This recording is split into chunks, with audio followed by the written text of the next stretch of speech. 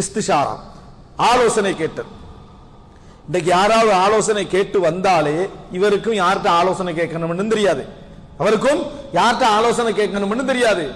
வைத்தியம் சம்பந்தமான விஷயத்துல எல்லாம் வாட்ஸ்அப் பாக்குறவன்ட்ட ஆலோசனை கேட்கறது, வணங்கிட்டா இதை சாப்பிடலாமா சாப்பிடக்கூடாது, அவர் வாட்ஸ்அப்ல வர மெசேஜ் பார்த்து ஆன்சர் பண்ணி கேட்கிறாரு, அது சாப்பிடவே கூடாது, அப்படியே அதை விட்டுறது.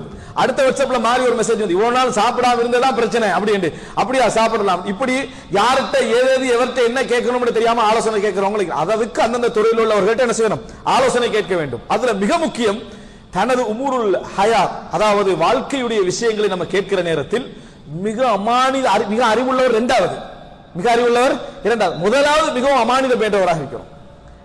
ஒரு ஏதோ ஒரு மனைவியுடைய பிரச்சனை, ஒரு குடும்ப பிரச்சனை பத்தி கேட்க போறீங்கன்னா முதல் அவர்கிட்ட இருக்க வேண்டிய பண்பு என்ன, அமானித பேணக்கூடியவராக இருக்க வேண்டும். இதனாலதான் யூசுப் அலைஹிஸ்ஸலாம் அவர்களும் சரி, மூசா அலைஹிஸ்ஸலாத்துடைய வரலாற்றை நீங்க பார்க்கலாம்.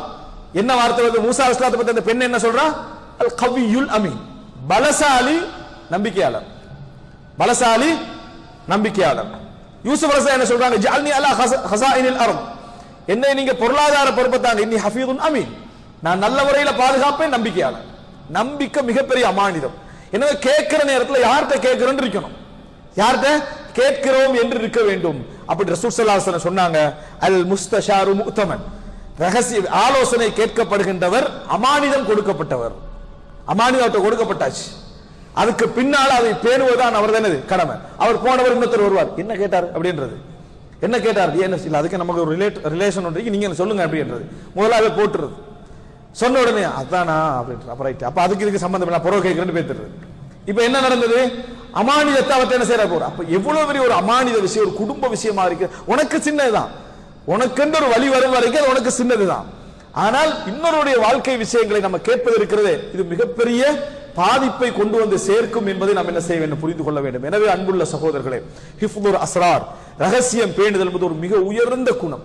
அந்த உயர்ந்த குணத்தை நமக்குள்ள நாங்க என்ன செய்ய வேண்டும், வரவழைத்துக் கொள்ள வேண்டும்.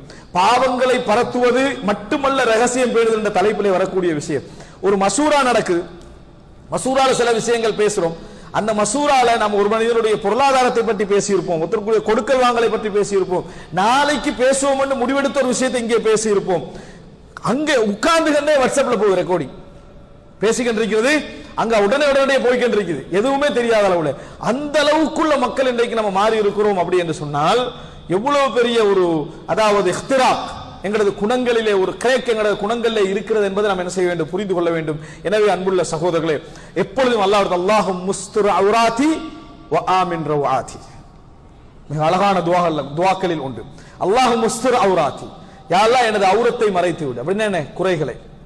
வ ஆமின் ரவுஆதி, திடுக்கிடக்கூடிய நிகழ்வுகள் எனக்கு நடந்துடக்கூடாது, திடுக்கிடக்கூடிய நிகழ்வுகள் எனக்கு நடந்துவிடக் கூடாது என்று சொல்லி ரசூலுல்லாஹி ஸல்லல்லாஹு அலைஹி வஸல்லம் ஒவ்வொரு காலையிலும் மாலையிலும் பிரார்த்திப்பார்கள் என்ற செய்தியை நாம் என்ன செய்கிறோம், பார்க்கிறோம். எனவே அன்புள்ள சகோதரர்களே, இந்த உயர்ந்த குணத்தை எமது வாழ்க்கையில் கடைபிடிப்பதோடு இந்த நல்ல பண்புகளை நமது குழந்தைகளுக்கு மத்தியும் வர செய்யக்கூடிய அந்த கண்ணியமான வாழ்வை அல்லாஹு தஆலா அனைவருக்கும் தந்தருள் பாலிப்பானாக.